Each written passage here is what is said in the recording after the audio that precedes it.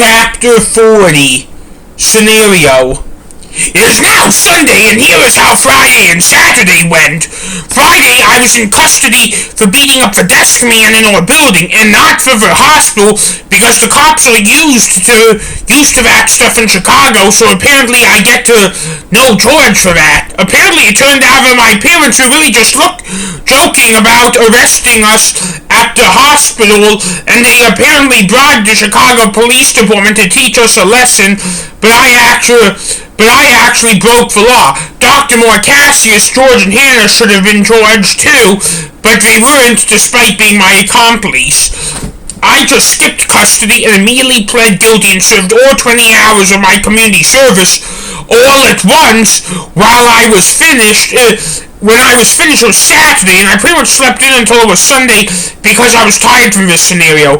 I woke up when it was time to worship the Lord on Sunday. By now, my Aunt Diane had gone back to Seattle, and it was over. My parents wanted to talk to me. "What do you want to talk to me about?" I asked. "Your character," said my dad. No, that is shoving what I did down my throat. It is in the past. Get the fuck over it, I said to my parents. We're having this conversation no matter what, but I think you should spend a little bit of time in your room first. I need to make lunch anyways, said my mom. Okay, I said. When we say in your room, we mean in your room, said my dad. Okay, I said. I then went to my room. Dr. Cassius was in there just laying on his bed for some reason. George was just sitting in his wheelchair. "So they're going to make you talk about the scenario you're in?" Dr. Cassius asked me. How is Hannah doing?" I asked Dr. Cassius, trying to switch the subject. "I'll come out there with you," said Dr. Cassius, switching the subject back to talk to me with my parents. If Mom and Dad approve of it, I will do it now," I said. "Alright, let me ask," said Dr. Cassius. Dr. Cassius then went out and came back a few seconds later. "Yep, they approve," said Dr. Cassius. "Okay, tell them I'll be out in a second," I said. I then sat down in the chair that my parents set up in front of him. "What's going on?" my mom asked. "With my character?" I asked. "Yes," my mom answered. "I don't know," I said. "You were well behaved until the hospital," said my dad. "Okay, see, this is shoving it down my throat," I said. "Answer the question," said my mom. Why?" I asked. "Because I came out here to do this with you," said Dr. Cassius.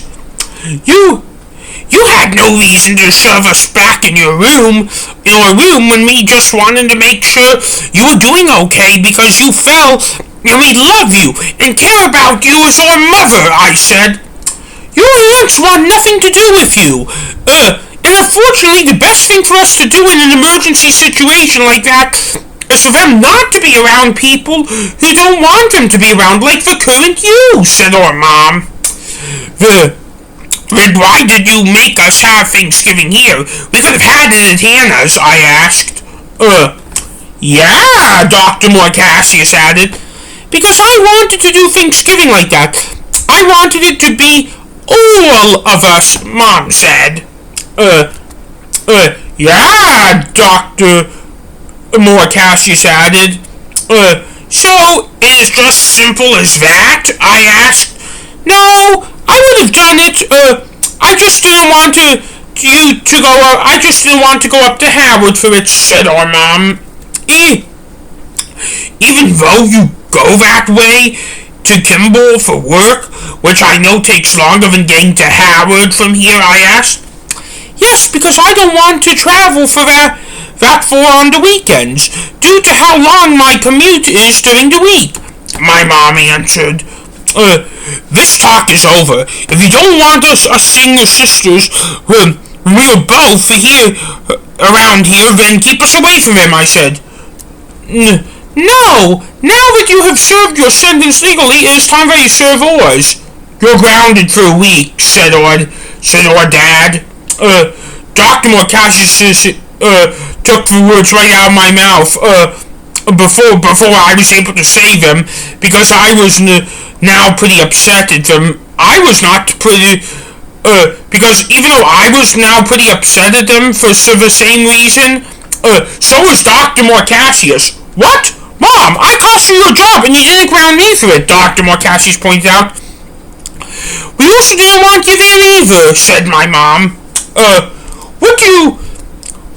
Why do you want us to there even when our aunts want us to see us, but then later on you are fine with it but not this time, Dr. Morcassius asked. Because the first time I wanted privacy, because I've never fallen that hard, and I wanted to be around the part of the family I have known longer. The second time I realized I made a mistake, but the third time my sisters didn't come to see you, so that is why, explained our mom. And also, she is the queen. She makes the rules like that. And do we know that you three are up to, and something which is the main reason why we know you wanted to see her, said our dad. Dr. Morcassius then jumped up and did something unusually dark for him in any bad scenario.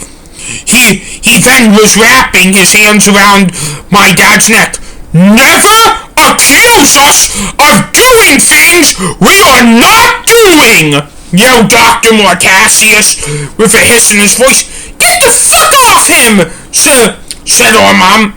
Unfortunately, my mother's mobility issues were giving her issues using her arms to get Dr. Morcassius off his father.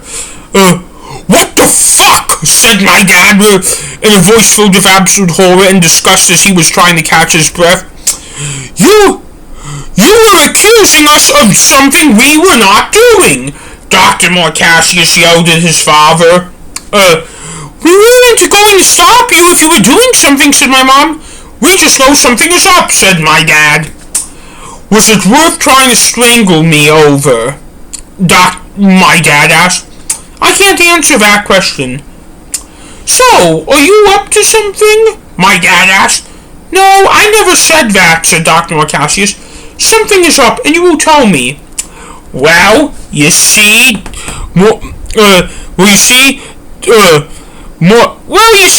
Marcus began acting very manipulative and began walking around the room and into the kitchen. You never told me how long Sam was going to be gone, said Dr. Morcassius. That is true, we didn't, said our mom.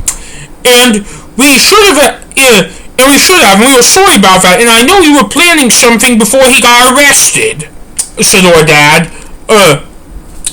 Marcus then threw a butcher knife at my dad and missed him by several inches, and it didn't hit my mom in the process, but then he took off like lightning out of Robbins-og. You are going to tell us what is going on, and we will sit here until you tell us, and you will not be leaving until you do. And that includes you cannot get up to go to the restroom. And if you miss school, you miss school, said my dad. Why? I asked. Because we think punishing you because of your brother is a good way to punish him, said my mom. Did the thought ever occur to you that someone like me would think otherwise? I asked my parents in a manipulating way. No, and we don't care, said my dad. Okay, if I don't go to school, then George can't either, I said. No, he has been through too much, and he wasn't the one who volunteered to come out here by you, said my mom. So, are you saying this is my fault because I am the one who brought Dr. Morcassius out here, I asked. Do you mean evil Marcus? My dad asked. He is not evil, I said. I am going to answer that question I just asked you, and the question you just asked me both is yes. So, is it my fault he tried to hurt you? I asked. Yes, because you brought him out here, said my mom. Okay, I will tell you what is going on if you answer a question I have for you, I said. Whatever, said my dad. You You called the police on me for knocking people out. Why haven't you called the cops on him for nearly killing one of you because he threw a deadly weapon? I asked. Because parents are different than strangers. We're used to that, answered my mom. So I went to jail for something less, or because I did it to a stranger? I asked. Yep, said my mom. Okay, you know what? If you want to figure out what it is we're up to, you figure it out yourself how we are up to something. How about you figure out what it is, and we come up to because you were able to figure it out. We're up to something. We are up to something, contents. I said. My parents were shocked that I used that word, so I could tell they wanted me to go to my room. When I got in, George was sitting in his wheelchair staring at me as I was shutting the door. What is a cunt?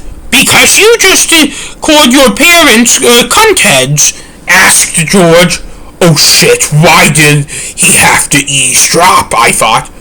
You did not hear me say that, I said as I was laying down on my bed. Yes, I did. Well, then pretend you didn't. Why? Pretend you didn't?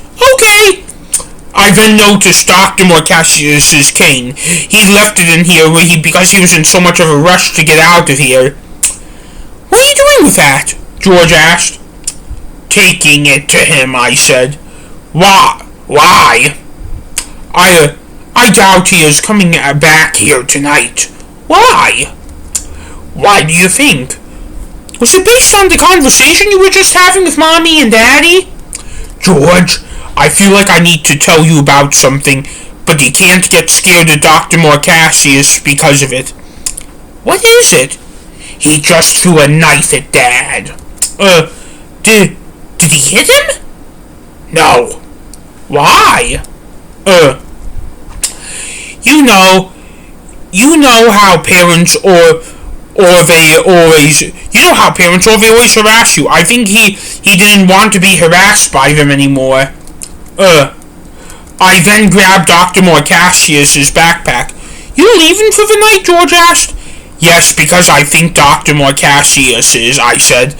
I then put my cloak on, left the room without saying goodbye to George because I'm just too mentally numb to say goodbye at the moment.